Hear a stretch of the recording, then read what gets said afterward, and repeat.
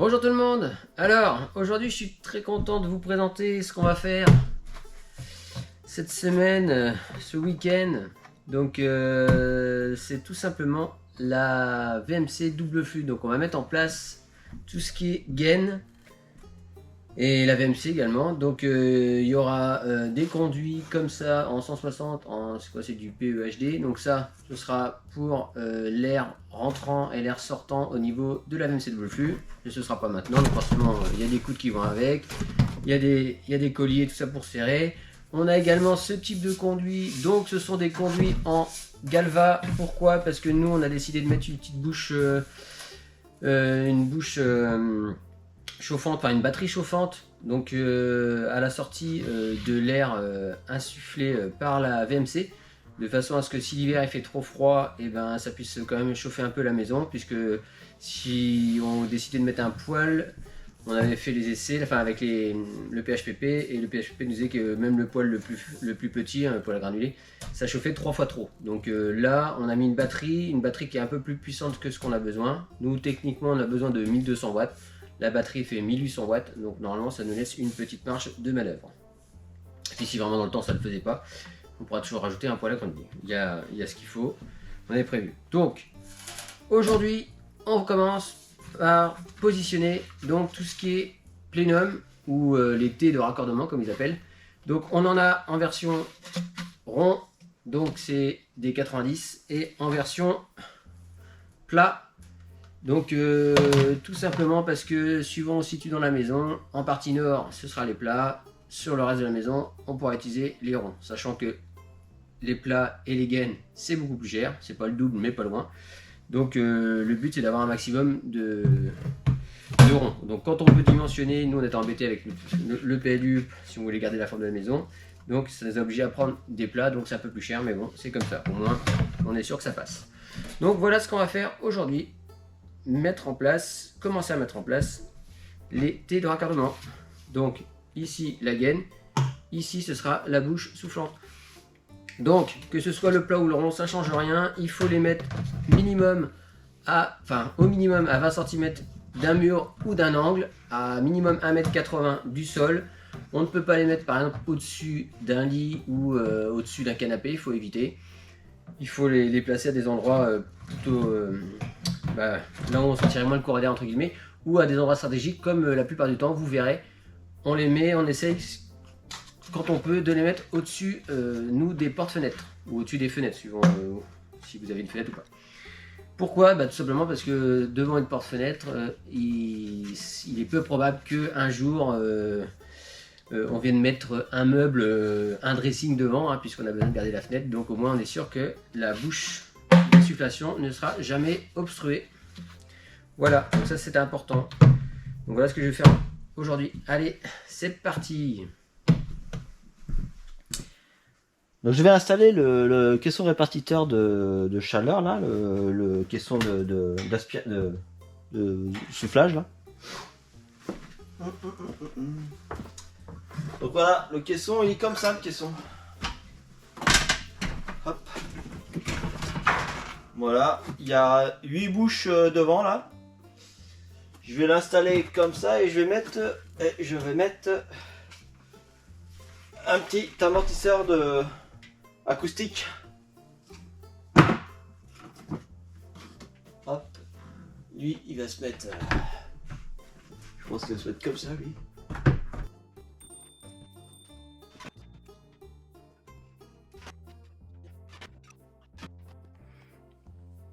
Alors, mon frère a posé le caisson de répartition pour l'air insufflé. Donc ça va me permettre enfin de commencer à poser les gaines, et j'ai déjà commencé à en poser une. Là je vous montre ce que ça donne. Donc voilà, donc j'ai commencé par les gaines plates, donc des gaines relativement, enfin quand même rigides.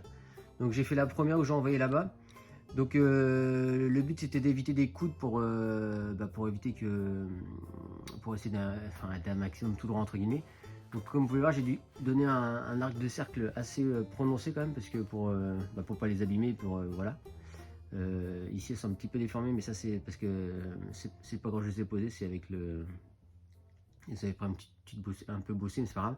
Donc là, pour m'aider, pour donner un coude, en fait, ce que j'ai fait, j'ai mis des serre-joints avec des morceaux de bois là. Là, celui ici, il était décalé là-bas, mais je l'ai mis là parce que je vais mettre la prochaine gaine là. Et donc, voilà, je donne un arc de cercle assez grand. Et après, hop, je mets directement des. Je fais des colliers, enfin, avec du feuillard. Voilà, pour les bloquer. Ici, je ne l'ai pas encore positionné. Je le positionne après avec la prochaine gaine. Voilà, ici, j'ai mis un autre serre-joint, hop, pour bloquer, pour pas qu'il bouge. Voilà, et après tout le long, bah voilà, j'ai mis des feuillards et ça va jusque là-bas. Voilà, maintenant je vais m'attaquer à la prochaine gaine VMC qui est ici, hop, et qui va partir le long. Voilà, allez, je continue. Donc là, vous voyez, là j'ai placé donc un des plénums là, ou le T de raccordement là. J'ai pas pu mettre tout simplement à la verticale de la fenêtre, puisque j'avais pas assez de hauteur entre la fourrure et le raccordement. En fait, tout simplement, pourquoi? Puisqu'il faut un minimum de hauteur ici. C'est pour ça qu'il est préconisé d'avoir au moins 13 cm en tout entre la fixation du haut et le bas du tuyau, pour tout simplement venir fixer la bouche de ventilation. Et je vous montre en image là. Donc pourquoi les 13 cm entre ici et ici, en gros? Et ben c'est tout simple. Vous voyez nos bouches, donc ça c'est les bouches qui seront collées au plafond. Et regarde, si vous regardez sur la tranche là, ici, là, et ben c'est tout simple. En fait, ici il y a une petite lèvre, donc à moitié en caoutchouc là. Et en fait, il faut suffisamment de jeu pour pouvoir rentrer dedans et que ça vienne se coller. Bon, voilà, là il y a le bouchon forcément. Ah, attendez. Hop. Ah bah comme quoi il tient bien. Hop, voilà. Donc voilà, donc si je le mets correctement dedans, je mets comme ça. Voilà, donc en gros c'est ça. Et les petites lèvres, il faut que ça rentre dedans pour venir se fixer. Donc il faut suffisamment d'épaisseur pour que ça rentre dedans et que ça vienne se fixer, sinon ça tiendrait pas. Donc si on était trop haut, à ce niveau là, et ben on viendrait taper en fait dans le haut et donc ce serait pas bon quoi. Donc c'est pour ça qu'il faut laisser un minimum de 10-13 cm. Voilà ce qui complique encore plus nous, surtout en partie nord.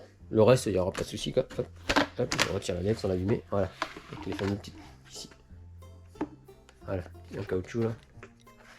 Voilà. Ah, c'est aimanté, c'est pas mal ça. Ok, allez, je continue. Donc là, je vais fixer donc mon plénum ici, grâce ici là aux accroches. D'ailleurs, on voit qu'elle a subi un peu pendant le voyage, un petit peu abîmé, bon, ça va tenir quand même. Voilà, donc avec des petites vis penture, on fixe ça. C'est parti pour la chambre au nord.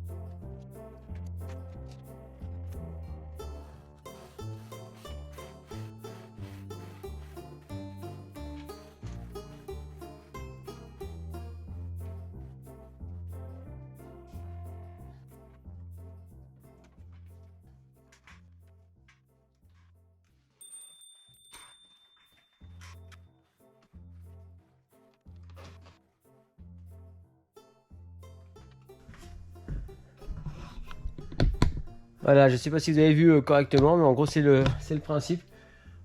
En haut, on rajoute un petit manchon exprès là qui s'emboîte dans le répartiteur d'air. Voilà. Allez, je continue.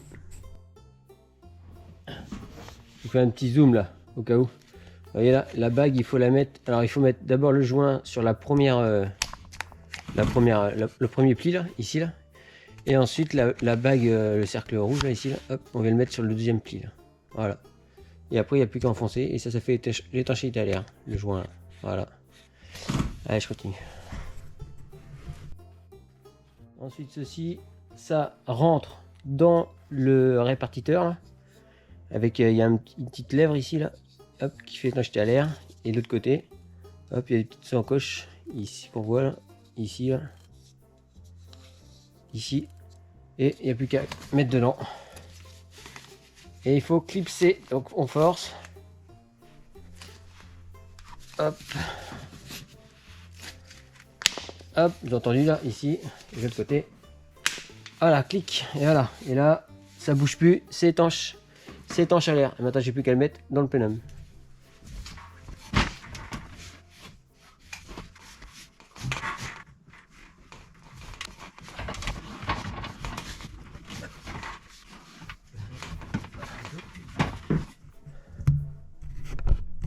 Et voilà, là je l'ai fixé là-haut. Et ce que je vais faire, c'est qu'il faut que je fasse un angle, il faut que je fasse repartir en dessous l'autre plenum. Donc je vais accrocher les deux ensemble pour que ça reste un petit droit sur une partie et que ça reparte après que je puisse le plier.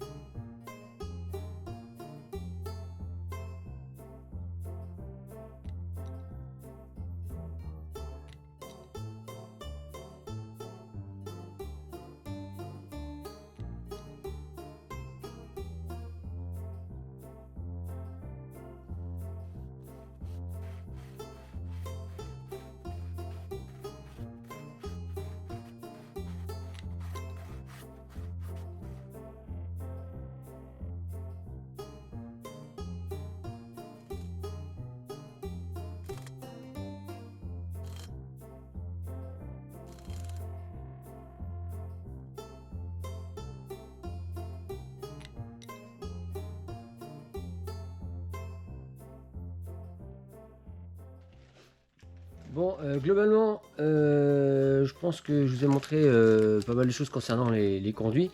Donc, je vais m'arrêter là. Donc, la vidéo, effectivement, elle sera pas forcément très longue. Mais pour finir, en fait, je vais avoir besoin de tout simplement de mon frère pour poser les dernières gaines plates parce que c'est quand même plus compliqué. Et puis, il y a encore 2-3 éléments qu'on doit acheter, dont des coudes. Et aussi, on doit installer après ici. Donc, c'est des colliers là où on vient fixer le PEHD, donc les gaines grises, vous avez pu voir. Et il y aura aussi ça à installer. Donc ça c'est la grille pour l'aspiration de l'air neuf par l'extérieur. Donc pareil, donc à 1m60 minimum du sol. Ça on a fait. Donc je ferai ça plus tard avec mon frère. En attendant, sur les prochaines vidéos, vous avez sûrement dû voir quelques gaines électriques qui tombe du plafond, puisque mon frère s'est attaqué aux gaines électriques. Il a quasiment posé 80% de toutes les gaines électriques. Donc je pense qu'on va terminer ça le temps de commander le reste pour la VMC. Et en off, on finira de mettre les quelques gaines rondes. C'est pas bien compliqué ça. J'ai pas besoin de vous le montrer, hein, je pense que vous avez compris. Et après on vous remontrera tout ça dans le détail à la fin quand ce sera fini. Et il y aura donc une autre vidéo pour la fin, on va dire, de la VMC double flux. Voilà, donc si la vidéo t'a plu, n'hésite pas à mettre un petit pouce. N'hésite pas à t'abonner si c'est pas déjà fait, à poser des questions ou faire des remarques. Parce que là, bon, la VMC, on essaie de suivre vraiment ce que nous dit le fabricant. Mais bon, après, voilà, c'est possible qu'on oublie des choses. Voilà, donc faut pas hésiter à mettre des commentaires. Nous, on les prend en compte. On répond s'il y a des questions. Et c'est comme ça que ça avance. Et que ça avance plutôt bien d'ailleurs. Voilà. Allez, sur ce, je te dis Kenavo. À la prochaine.